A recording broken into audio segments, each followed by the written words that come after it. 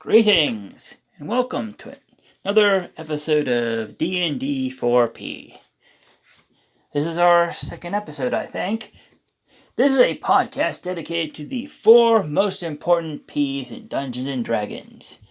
Pondering, plotting, planning, and playing. I am your host, the one and only Generic Fighter.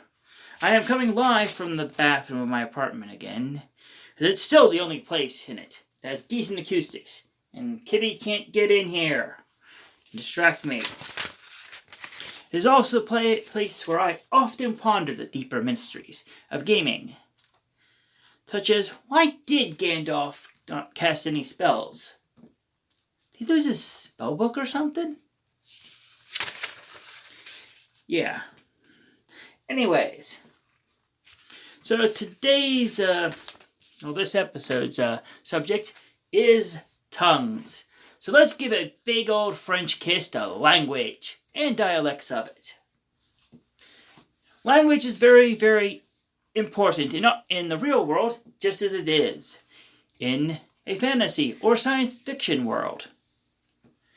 It informs a culture, also the history of it, what is important or not so much to it. And so, that can be translated into languages of a fantasy world. For instance, here are 2 examples I have used in my games. I usually play Dungeons & Dragons 4th edition, which very greatly simplified languages to about a dozen or so. However, each of those languages had different dialects. For instance, though primordial was a language used by pretty much every elemental being, as well as creatures like Slod and genies and demons. But basically, it had several dialects that went to the old elemental themed ones. For example, dialects of primordial would include Aquan, Auran, Ignan, and Terran. And I had decided that I should do something special with the language as a whole, as well as dialects.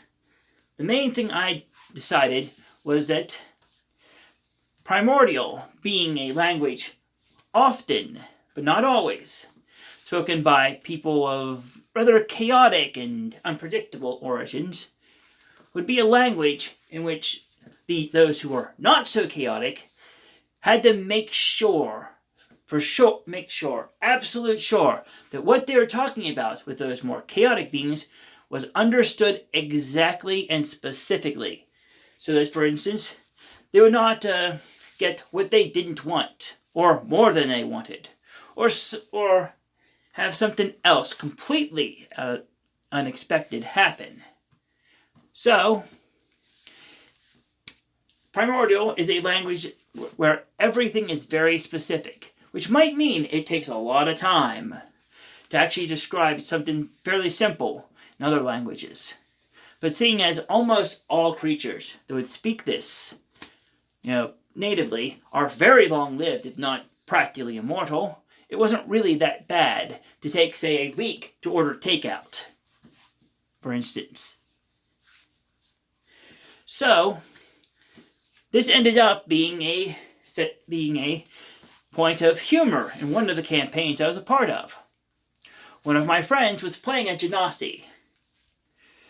Being as they were basically semi-humanoid fire, they spoke the primordial language natively, which meant that when they had spoken in other languages, such as Common, they would speak about things and make sure that those things were specifically known exactly as they're supposed to be, and not allow any need for ambiguity or questioning or anything to identify exactly what was wanted, which resulted in that character basically being Mojo Jojo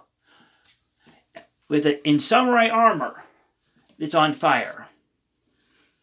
Jet was a fun character to play with. My friend was very good at his Mojo Jojo impression. Something I kind of wish I was. But it was fun, watching him reiterate and explain and so forth. In character. Now, another thing I got from Dungeons & Dragons 4th edition was that the languages of the not-so-civilized humanoids were condensed a lot.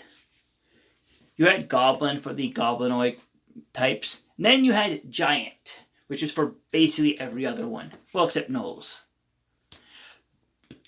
So that meant, for instance, Orcs spoke a kind of Giant. And I decided that I would explain why the strange kind of barbaric kind of speech occurred. And I decided to go to the source, Giant. I had to explain why, many people who spoke dialects of Giant would say, I do this, or thou do that. And I have problems with pronouns, for instance. Was that Giant, at its core, pretty much had none. Basically, because it was considered very, very rude and a horrifying insult to call something or someone by anything other than its proper name. So you would not ask for that guy. You would not address somebody as that guy or you. You address them as King Thorvald the Great, or Lady Saranae, or Captain Gornock, and so forth. And it extended to other things. Frostfell, the keep, or Icebringer, the sword, and so on and so forth. In fact, Giant had only one pronoun, or non-specific noun, which basically meant thing I don't know the name of, and was almost exclusively used to find out the proper name of something. The only other times it was used was to insult somebody. By referring to somebody by that, it was a grave, grave insult that would likely result in bodily harm to the speaker. However, the reason for the lack of, non-specific nouns and pronouns was not passed on to other dialects, which meant that, in particular, the Orcish dialect of Giant ended up having problems, or at least native speakers ended up having problems when trying to translate their thoughts into other languages. These, non-specific nouns and in particular pronouns, became very, very difficult to use. So they often used the wrong one for the situation. Instead of saying, I'll do that, they might say, me do that, or thou do that. So it ended up being confusing for them. And also ended up being a trait that was often found in those of who spoke it, natively, attempting to speak other languages.